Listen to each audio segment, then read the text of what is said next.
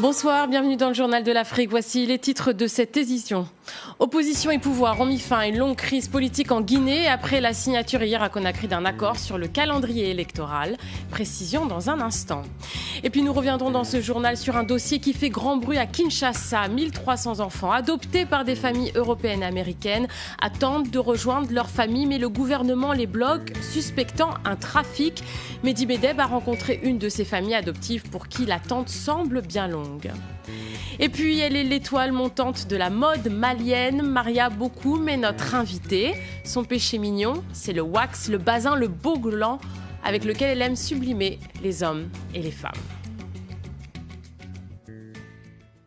Mais avant de développer ces titres, nous commençons par des affrontements en Centrafrique.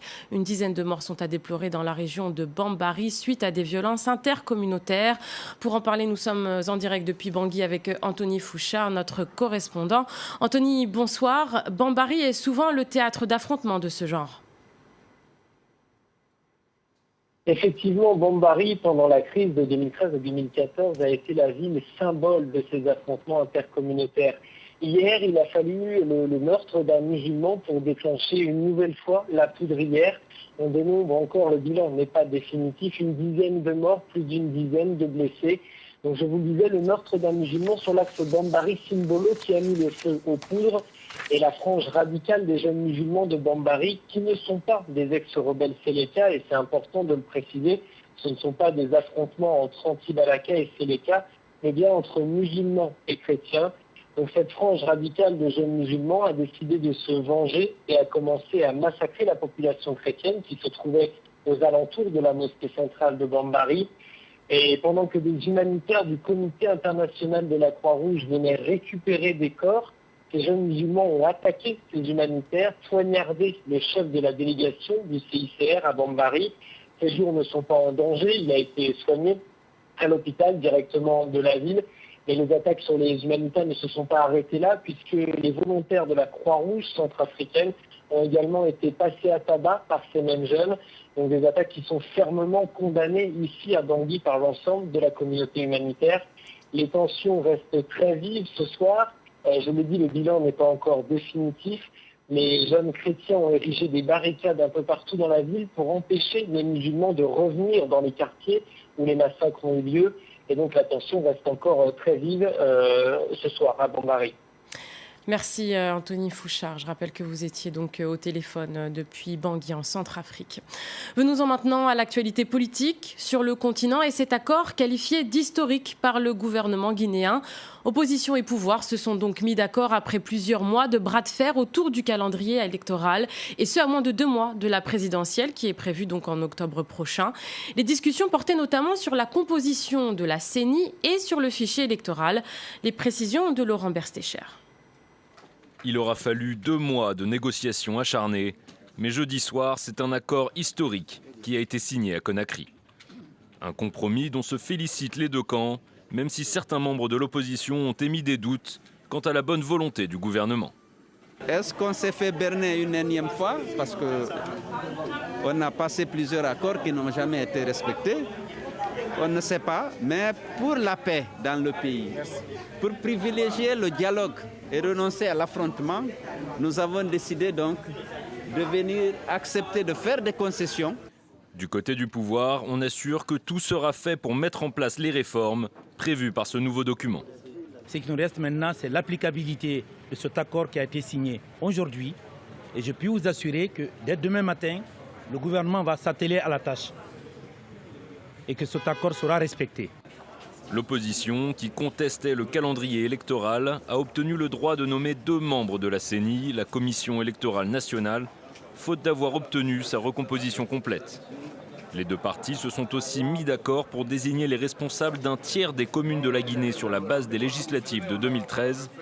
Ces responsables étaient jusqu'ici directement nommés par le président, Alpha Condé. À Conakry, on espère que l'accord pourra mettre fin à plusieurs mois de tensions politiques alors que les élections présidentielles du 11 octobre approchent à grands pas. En avril et en mai, de violentes manifestations antigouvernementales avaient fait au moins 6 morts.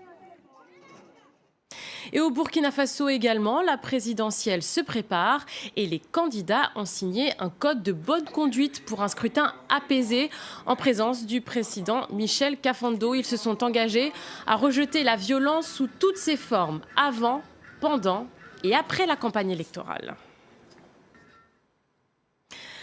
Nous vous parlons ce soir dans ce journal de cette affaire qui fait grand bruit en RDC. Plus de 1300 enfants congolais adoptés par des Français, des Américains, des Néerlandais, des Canadiens sont coincés à Kinshasa. En République démocratique du Congo, cela fait près de 2 ans que les adoptions internationales sont bloquées. Les autorités congolaises suspecteraient des cas de trafic. Mehdi Medeb, notre correspondant, a rencontré une famille américaine qui attend que la situation se débloque. La mère vit à Kinshasa en attendant de pouvoir rentrer aux États-Unis avec ses 2 fils adoptifs congolais. Reportage. C'est aux États-Unis. Oui. Jennifer et ses 2 fils adoptés attendent ce moment depuis bientôt 3 ans. 1 heure de plus ou de moins ne change rien à leur excitation et leur joie. Pour la première fois, la famille Boyer se retrouve au grand complet. Première rencontre pour cette fratrie américano-congolaise. Retrouvailles émues d'une famille jusque-là séparée par un océan, 13 000 km et un blocage administratif au Congo. C'est pas l'aéroport que j'ai imaginé. Je voudrais bien sûr que ça c'est aux États-Unis. Et le problème, c'est qu'il va partir dans 9 jours. Donc, le joie qui est là, ça va être ma cœur va être même plus vide quand ils sont partis. Mais dans l'immédiat, la famille profite du bonheur d'être ensemble, loin du calvaire vécu depuis 2 ans. Car leurs fils adoptifs sont bloqués à Kinshasa. Les autorités ne donnent plus de visa pour les laisser partir. Situation insupportable, il y a 6 mois, Jennifer a changé de vie pour être près de ses enfants. Mais rien n'est encore réglé. Depuis mai, c'est chaque semaine qu'on croit qu'on va partir la prochaine semaine parce qu'ils ont déjà vu les dossiers. Je ne comprends pas exactement le problème et pourquoi ce n'est pas fini. Nous sommes une vraie famille, on veut être ensemble. C'est pas naturel pour une famille d'être divisée comme ça. Les enfants, ils ne comprennent pas pourquoi maman n'est pas là, pourquoi papa n'est pas là. Il y a 2 ans, les autorités congolaises ont suspendu les adoptions. En cause, selon elle, des abus dans les procédures. Il y a eu beaucoup d'abus, beaucoup de fausses adoptions, beaucoup d'enfants passés par la fraude. Nous comprenons la douleur des enfants, la douleur des parents, mais nous devons pouvoir réexaminer tout le dossier. En attendant, les familles s'impatientent et toutes n'ont pas la chance d'être ensemble même une semaine. Dans cet orphelinat de la capitale, 5 enfants ont été adoptés par des familles étrangères. Leur dossier bloqué, ils n'ont encore jamais vu leurs nouveaux parents. En tout, 1300 familles sont déchirées depuis 2 ans. Et vous pouvez retrouver sur notre site internet france24.com le dossier complet sur cette affaire d'enfants bloqués au Congo. Au Congo-Brazzaville maintenant, après l'opération d'expulsion des étrangers en situation irrégulière, le gouvernement vient de lancer une opération de recensement biométrique des étrangers et réfugiés vivant sur le territoire. Cette opération se déroule avec l'appui du Haut Commissariat des Nations Unies pour les réfugiés. Ce recensement vise à actualiser la base de données afin d'assurer une protection et une assistance fiable. Je demande aux demandeurs d'asile et aux réfugiés de venir. Je veux dire, c'est même obligatoire de se présenter pour se faire enregistrer auprès de nos équipes parce que celui ou celle qui ne se présentera pas risquera d'être tout simplement exclu de notre base de données, donc du bénéfice de l'assistance et de la protection juridique accordée par le gouvernement congolais. Et parlons péché mignon maintenant avec notre invitée, Maria Bokoum. Bonsoir. Bonsoir. Vous êtes styliste. Péché mignon, c'est votre marque. On vous qualifie comme l'étoile montante de la mode au Mali, votre pays d'origine. Péché mignon, c'est une collection que l'on peut retrouver notamment sur Internet. Vous êtes aussi à l'origine de la Bamako Fashion Week. Et ce soir, vous nous parlez de votre nouvelle collection que vous préparez pour Festibazin, une rencontre qui aura lieu à Bamako dans quelques semaines. Comment est-ce que vous préparez cette nouvelle collection? Quelles sont vos inspirations? Alors, mes inspirations pour Bamako Fashion Week, c'est tout simplement la beauté des femmes. Parce qu'au Mali, le vêtement le plus porté, c'est le bazin. Le bazin, il n'est pas fabriqué au Mali, mais il est mis en valeur par des teinturières du Mali.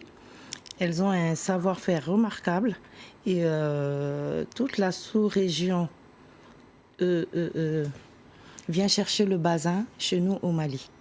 Et donc vous vous inspirez du tissu d'abord pour ensuite faire vos créations? Tout à fait.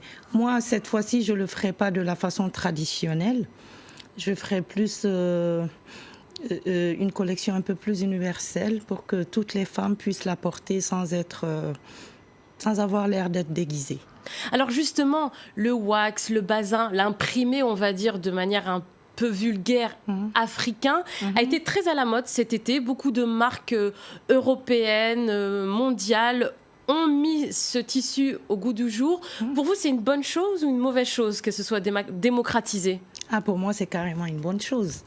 Et moi, le petit plus que j'ai, c'est que je suis dans la mode depuis très très longtemps, depuis l'âge de 17 ans, où j'ai été d'abord mannequin. Ça ne se voit plus beaucoup, mais bon, j'ai été top modèle. Avec vous-même. Donc voilà, j'ai cette chance-là où j'ai défilé pour Chris Seydou, un des créateurs africains les plus connus, qui a travaillé avec les plus grands en France, tels que Yves Saint Laurent, Paco Rabanne. Et donc, j'ai été souvent avec lui, donc je connais un peu plus, je ne dirais pas que je connais plus que tout le monde, mais je connais quand même très bien le textile africain, tel que le bazin, le bogolan. Et moi, mon ambition, justement, c'est d'amener ces textiles-là sur une plateforme internationale.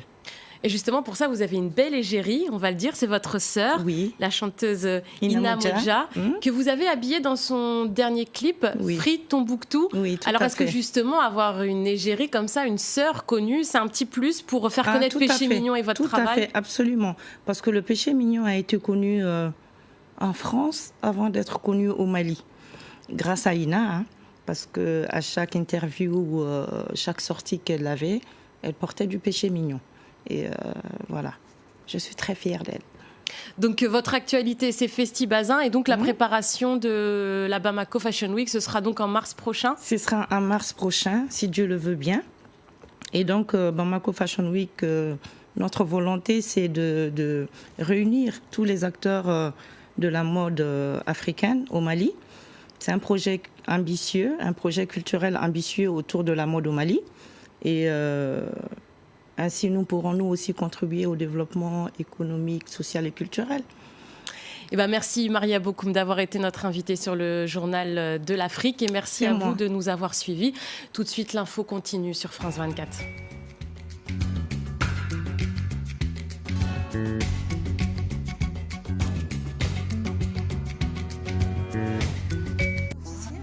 Billet retour à Gaza.